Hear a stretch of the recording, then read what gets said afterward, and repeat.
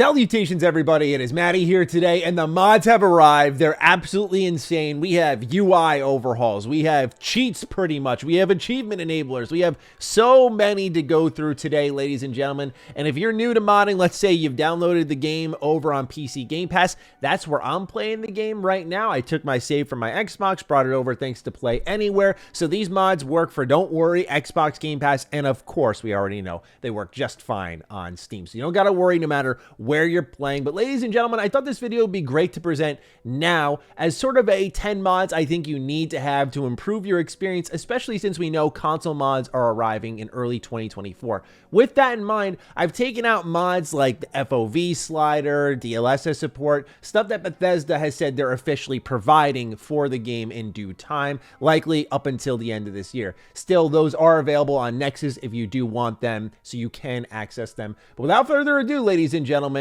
if you're new here, you're into Starfield news, information, conversations, all that fun stuff, consider subscribing, and let's begin with mod number 1, a very important one for my achievement hunters, the achievement enabler. Okay, so pretty much what happens in Starfield is when you install a mod, it disables achievements. So now there's a mod that enables the disabled achievements. It's a funny little workaround here. It's a simple install, and ladies and gentlemen, I tested it myself. I started crafting a bunch of items, some items that we'll talk about later in the video, and I popped an achievement for crafting a certain amount of items. So this does work, and for those out there who don't want to risk jeopardizing their save file, I'm not sure how it exactly works if I were to mod my save over on PC and then bring it back to console, but to be safe, you'd want to have this achievement enabler active. Keep in mind, as Bethesda continues to update the game, you'll likely have to update this side of things as well, so keep on top of any updates coming to the achievement enabler. Next up, favorite of mine, Star UI inventory. Ladies and gentlemen, I'm going to wrap this all in one because there's also compact mission UI that I'm going to show you. What happens in Starfield's vanilla version is the UI is very much not fantastic. It's an RPG, and I don't know many menus in RPGs that are clean and give you all the information you need, but I always remember Darnified UI from Fallout just really changing the game, and we're yet to see true UI overhauls when you're running around playing the game in Starfield, but when it comes to Star UI inventory, this is great. All the information compact, laid out right there before you. You get the value, the quantity, all that stuff right there. Very easy to see. Same with quests. You can be scrolling and scrolling and scrolling. This kind of makes it more compact. It makes items on screen more visible on top of the information that's being provided. So it declutters a lot of the space while giving you more information. It's not absolutely perfect, but I do prefer it right now over the vanilla UI, especially when you get a mod that allows 60 FPS menu movement, like when you're sifting between skills. It's silky smooth and overall is a much better feeling menu experience. So I would definitely recommend Star UI the moment you can get it. As someone building stealth, I am displeased with the AI. We'll talk about that in combat in a little bit. And so Stealth Overhaul is a great mod to go and download to make Starfield a better stealth game. This improves things like vision cones. It softens enemy detection, where in Starfield, unless your skill's a particular level, when you're walking around crouched, they'll still be able to hear you. It can be really frustrating. So this encourages more stealth gameplay and allows Starfield to play. I would make it more akin to Cyberpunk 2077, where you can go guns blazing, or you can really take people out silently from a distance and no one will know any better. I think this is a must-have personally, just because it makes the options of approach a lot better. When I'm playing stealth in Starfield, given that AI is one of my big complaints, I'm like, why am I even doing this?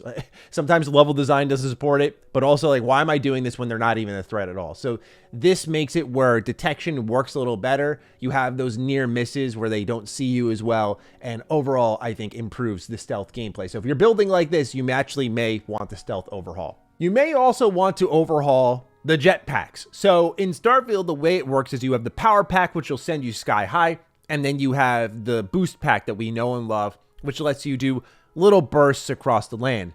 What I would love is a full-on jetpack, kind of like Star Wars, Jango Fett, Boba Fett, where you're just flying around, man. And now with the jetpack overhaul, it's a simple press and hold of the Y button or the space bar, and you will fly horizontally. You'll even get more air. So this gives the game a little bit more verticality and gives you more options for traversal, which I never think is a bad thing. One thing Starfield does well, even in its procedural planets, is allows you to just go up and above and anywhere.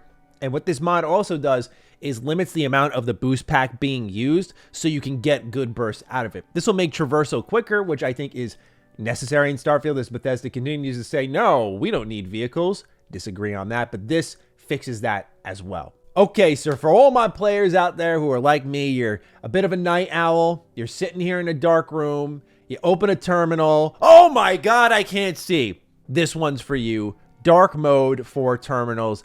It does exactly what you'd imagine it would do. The screens get darkened, so when you're reading through lore, it doesn't burn your eyeballs. It reminds me a lot of the Assassin's Creed 3 loading screens. And what's also great is upon the startup, where you really get this big flash, that's pretty much gone too. So if you want to nerf this a bit for the sake of your eyeballs, especially during those late night sessions, I found this one as a, oh, I never would have thought of this, but this seems very useful type of mods. Y'all, if there is a must-have mod on this list, let this be the one.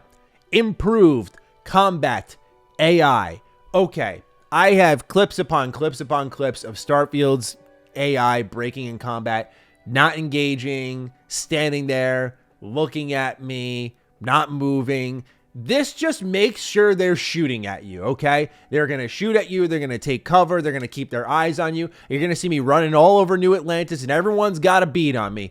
That's how it should be. I want it to be dangerous. And so when you combine this mod with something like realistic damage, where the damage you give out is what you get, it can make it a little bit more of a dangerous experience, which is something I think Starfield is sorely lacking when you're not in a starship, where I think the combat there is great. But on foot, the AI desperately needs work, and this mod is like a dream come true for me. Just the fact that they're more aggressive is all I ask for. I don't need them to stomp me. I don't need a Souls-like challenge.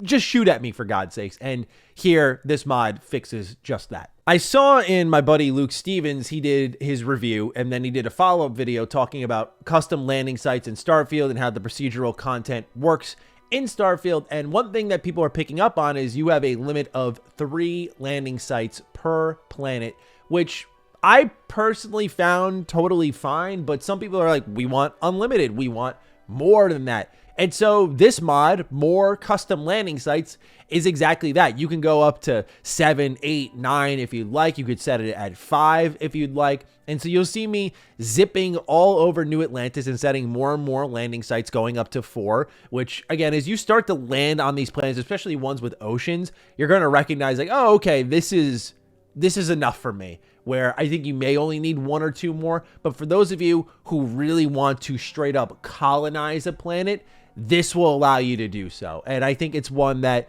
is going to pay off a lot for people who enjoy, say, mining resources, who like surveying the planets, going to all the different parts, all the different biomes. This one will help you out in particular. But for those of you who love outpost building, a highly recommended one right here. This one, my brain must not understand ammo terminology. It's clear as day. Craftable ammo and utilities. This is a godsend. And when I was finding caseless ammo, right, I was thinking to myself, oh, maybe it's like Fallout New Vegas and I'll craft the bullets with the case. I don't know what I was thinking here, but I digress. I was thinking originally when I first started playing Starfield, there's got to be some type of ammo crafting. There is not. What this allows you to do is go ahead, craft ammo, craft digipicks, craft more med packs, all that fun stuff that you're going to need. Crafting digipicks especially, like, I don't mind too hard at times the digipick minigame. We'll talk about that in a little bit, where it can get a bit overkill, but it's when I have to undo and I gotta waste a digipick, it hurts my soul. So to be able to stock up like I did with lockpicks, because there isn't like a skeleton key to my knowledge in this game like there was in Skyrim, where it was like, yo, give me any lock you got, this thing ain't breaking. All right, so craftable ammo and utilities, this lets you craft digipicks, ammo for your weapons, so it saves you from trying to hunt down every vendor and buying all of their ammo. This uses your resources, so it's a good way to get rid of stuff from your ship if it's all stored in your cargo. So overall, I think this is another must-have mod. One thing that Bethesda showed at the end of the Starfield Direct is that you can get powers in Starfield, and guess what? The temple puzzles are so agonizingly long as you zip from star to star. I don't even know what the hell is going on here, but oh my god, can you be here for a while? And if you take too long, it starts to reset. This mod, Short Temple Puzzles, is the answer to your prayers.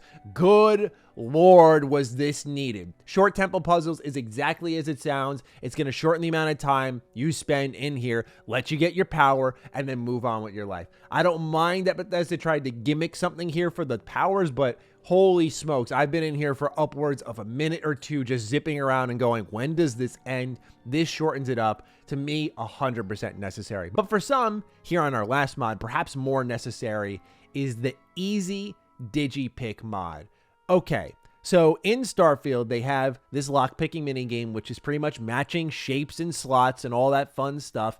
And at first, it's pretty good, I'd say. I think it's different enough from Fallout and Elder Scrolls, but to me, if it's not broken, don't fix it. It's very simple and approachable, and at first, a lot of people were confused with the Digipick lockpick minigame. Now, what's also a problem here is that the loot isn't really matched up with the difficulty of the lock, so you might open a master lock and then get nothing good from inside, which is always disappointing. So Easy Digipick allows you to, you guessed it, have a couple of notches, and it's a super simple unlock process. This is also good for certain dungeons where there's 1,000,001 locked doors, locked chests. To me, it stretches out the experience way too much in the long term, where even though I don't mind the minigame itself, it's the amount of time spent per lock is roughly the same. Even in Novice, you're going to be there for a while. And maybe if you put a timer next to Digipick versus lockpicking in Fallout/Elder Scrolls, yeah, maybe it'd be the same amount of time. I don't think so. So I just personally believe this is a must-have mod if you just want to keep the experience rolling. It really gives dungeons a better flow. I know for some it may be cheating, but I really do think when you start to get into, like, I'll just say there's a dungeon called